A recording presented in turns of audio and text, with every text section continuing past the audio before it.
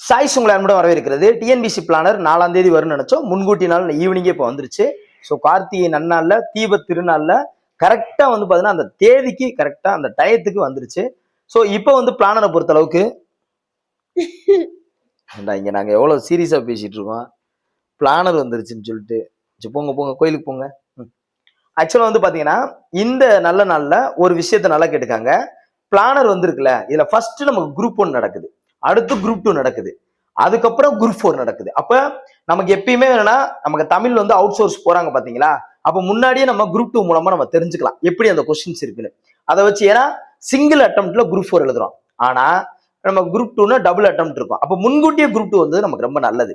அதே மாதிரி குரூப் 1 முன்னாடி நடக்குது பாத்தீங்களா, ஜிகேல நம்ம ரொம்ப ஸ்ட்ராங்கா இருக்கமா இல்லையான்னு குரூப் 1 அப்ளை பண்ணி நம்ம அதன் மூலமா தெரிஞ்சுக்கலாம். ஆனா மெயின்ஸ் எழுதி போறவங்க மட்டும் தான் குரூப் 1 எழுதணும்.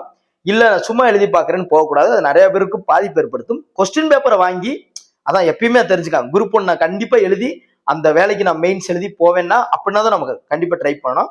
எல்லாருமே ட்ரை பண்ணலாம், ஒன்றும் தப்பு இல்லை. அந்த கொஸ்டின் பேப்பராவது வாங்கி ஜிகேல நம்மளால எவ்வளவு அடிக்க முடியுதுன்னு. அப்ப அந்த டெக்னிக்கல் எக்ஸாமினேஷன் முன்னாடி நடக்குது பாத்தீங்களா, எல்லா எக்ஸாம் நடந்து லாஸ்ட்ல கொஞ்சம் முன்னாடி குரூப் 4 வச்சிருக்காங்க. அப்ப நம்ம கிட்டத்தட்ட டிசம்பர் 20ஆம் தேதி வச்சிருக்காங்க குரூப் 4. இது நமக்கு நல்லதா அப்படின்னா நமக்கு நல்லதாவே நம்ம எடுத்துக்கணும். ஏன்னா இந்த எலெக்ஷன், இந்த பஞ்சாயத்து இருக்கு பாத்தீங்களா, இந்த எலெக்ஷன் திருவிழான்னு சொல்றாங்களே, நம்மள சத்தியமா படிக்க விட மாட்டாங்க. இந்த 4 மாசம் போட்டுக்கிட்டு மைக் செட்டு அது இதுன்னு அப்படி இப்படி இப்படின்னு சொல்லிட்டு பாத்தீங்கன்னா கண்டிப்பா படிக்க விட மாட்டாங்க. நம்மளும் அந்த அரசியல் ரீதியா அந்த எந்த நியூஸ் அந்த நியூஸ் அப்படிங்கிறது. ஆட்சியும் பாத்தீங்கன்னா இப்ப ஆளுங்கட்சி ஒருத்தவங்க இருப்பாங்க, அவங்க ஆட்சியை பிடிக்கின்னு இருப்பாங்க. எதிர்கட்சிகள் உருவாகிட்டு இருக்காங்க நிறைய பெரிய கூட்டணிகளோட. அப்ப யார் ஆட்சி மாற்றம் வருதா வரலையா என்னன்னே தெரியாது. அதே மாதிரி லாங்ல குரூப் 4 வச்சுக்கிற காரணம் வேகன்சி நிறைய ஃபுல் பண்ணணும் அப்படிங்கிறக்காக. ஏன்னா டக்குனு குரூப் 4 போட்டா வேகன்சி எங்க போக, இப்ப இந்த இதுக்கு தான் 5000 வேக்கன் கிட்ட இப்ப இது பண்ணிருக்காங்க. அப்ப வேகன்சி இதெல்லாம் மைண்ட்ல வச்சுதான் லாஸ்ட்ல கொண்டு போயிருக்காங்க. டிஎன்பிசியோட ப்ராசஸே ஆகஸ்டுக்கு மேலதான் ஆரம்பிக்கிற மாதிரி வச்சிருக்காங்க. எல்லாமே ஆகஸ்டுக்கு அப்புறம் தான், மே மாசத்துக்கு அப்புறம் தான் எல்லாமே. மே மாசத்துக்கு அப்புறம் August exam, September exam, October exam, அப்புறம் நவம்பர்ல ஒரு எக்ஸாம், டிசம்பர்ல எக்ஸாம், இப்படிதான் பிளான் பண்ணி வச்சிருக்காங்க.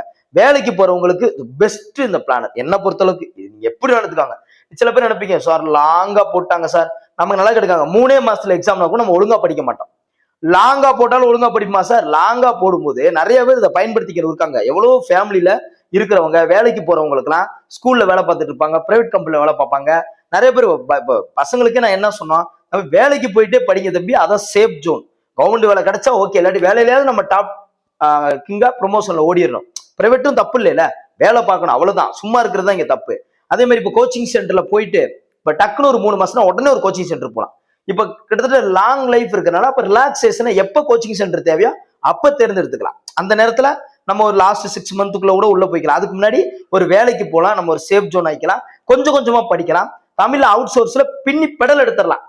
ஏன்னா அப்படிதான் இங்க நல்ல டைம் கிடைச்சிருக்கு. இங்க பாருங்க, நல்ல டைம், சரியான டைம் கிடைச்சிருக்கு. இதை பாசிட்டிவா பாக்குறவங்க இன்னைக்கு சொல்றேன், நீங்க வெற்றியாளர்கள். நீங்க எப்ப இந்த சில பேர் சொல்லுவாங்க பிளானர் தள்ளி போட்டாங்களா சார் டிஎன்பிசி அப்படி அந்த புலம்புனாலே அங்க ஆகாது. நல்லா கேட்டுக்க, புலம்புனாலே ஆகாது. நல்லா கேட்டுக்காங்க. நான் பிளானர் பார்த்தோன்னு சந்தோஷப்பட்டேன். நான் காலைல கிஷோபா சார்ட்ட பேசினேன். சார் எப்பயுமே கிஷோபா சார்ட்ட நான் எப்பயுமே கேட்பேன், என்ன சார் கெஸ் பண்றீங்க, செப்டம்பரா அக்டோபரா அப்படின்னு. அவர் தான் சொன்னாரு, எப்படியும் அக்டோபர் தான், கன்ஃபார்ம் மேலதான் இருக்கும் அப்படின்னாரு. அப்ப அந்த அசம்ஷன் வந்து பாருங்க, நாங்க செப்டம்பர் அக்டோபர் தான் நினைச்சுக்கிட்டே இருந்தோம். இருந்தாலும் நிறைய பேர் தான் யூடியூப்ல மே மாசம் ஜூன் ஏப்ரல்னு சொல்லிட்டே இருந்தாங்க. எங்களுக்கே ஒரு பயமா போச்சு. ஏப்ரல் மேனா எங்களுக்கு ஒண்ணு இல்லை, நான் சீக்கிரமா நடத்துறது ஒரு விஷயம் இல்லைங்க. நீங்க படிக்க முடியாது, அவசர அவசரம் விட்டுருவீங்க. இந்த தேர்தல் நேரத்துல கண்டிப்பா சொதப்பிடுவோம். அழகா கொஸ்டின் பேப்பரை வீட்டுக்கே அனுப்புறோம், அழகா ஓஎம்ஆர் சீட்ல அழகா பிராக்டிஸ் பண்ணுங்க, நல்லா நின்று நிதானமா. இப்ப சாப்பிடுறது அவசர அவசரம் சாப்பிட்டா டைஜஸ்ட் ஆகாது, பொறுமையா ருசிச்சு சாப்பிட்டா மட்டும் தான் டைஜஸ்ட் ஆகும். அதே மாதிரிதான் வெற்றியும். கரெக்டான தேவைக்கு அழகா நீங்க மெதுவா படிச்சு அழகா 10 மாடலுக்கு 15 மாடல் எழுதுங்க. அட்டம்ப்ட் மிஸ்ஸே ஆகக்கூடாது, சரியான கான்செப்டா இருக்கணும் எப்படியாவது. ஏன்னா அது டிசம்பருங்கிற போது நீங்க என்ன பண்ணுங்கன்னா ஜூன் நினைச்சு படிங்க, அடுத்து செப்டம்பர் நினைச்சு படிங்க. முன்கூட்டியே நிறைய குரூப் 4 மாடல் எழுதி பாருங்க.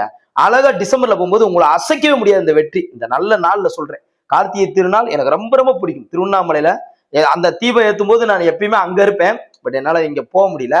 பட் இந்த நல்ல நாள்ல சொல்றேன், உண்மையாவே இந்த பிளானர் பக்காவா இருக்கும். உங்களுக்கு வீட்டுல சொல்லிருங்க, அழகா ரிலாக்ஸா குழந்தைய பாத்துக்கிறவங்களுக்கு எல்லாம் இந்த பிளானர் பெஸ்ட்.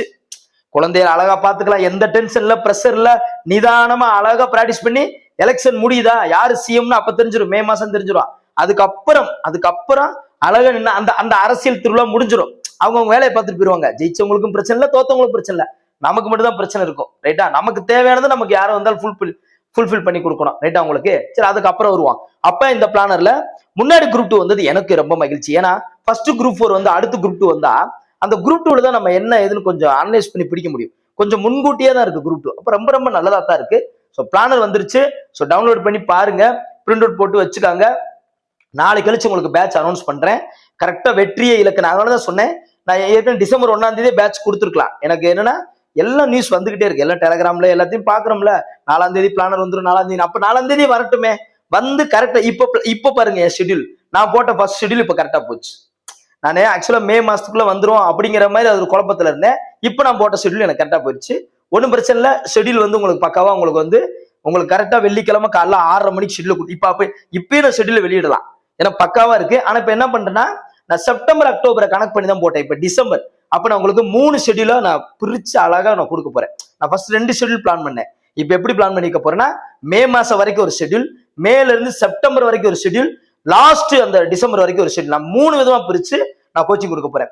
என்ன கொஸ்டின் பேப்பர் அனுப்புறதை பொறுத்த அளவுக்கு டிசம்பர் வரைக்கும் இருக்கனால நான் வீட்டுக்கே அனுப்புறேன்னு சொல்லியிருக்கேன். எனக்கு தான் வேலை கூட, பட் பரவாயில்ல.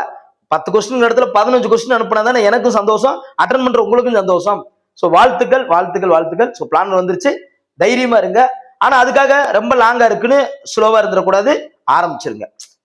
அதாவது அந்த லாஸ்ட் 6 மந்த் பாத்துக்கலாம், 3 மாசம் பாத்துக்கலாம், என்ன வேணா வேலைக்கு போயிட்டே படிங்க, குழந்தைய நல்லா பார்த்துட்டே படிங்க, எந்த ஸ்ட்ரெஸ் இல்லாம படிங்க, சந்தோஷம் படிங்க, அவ்வளவுதான். ரைட்டாப்பா? So thank you to all. Thank you.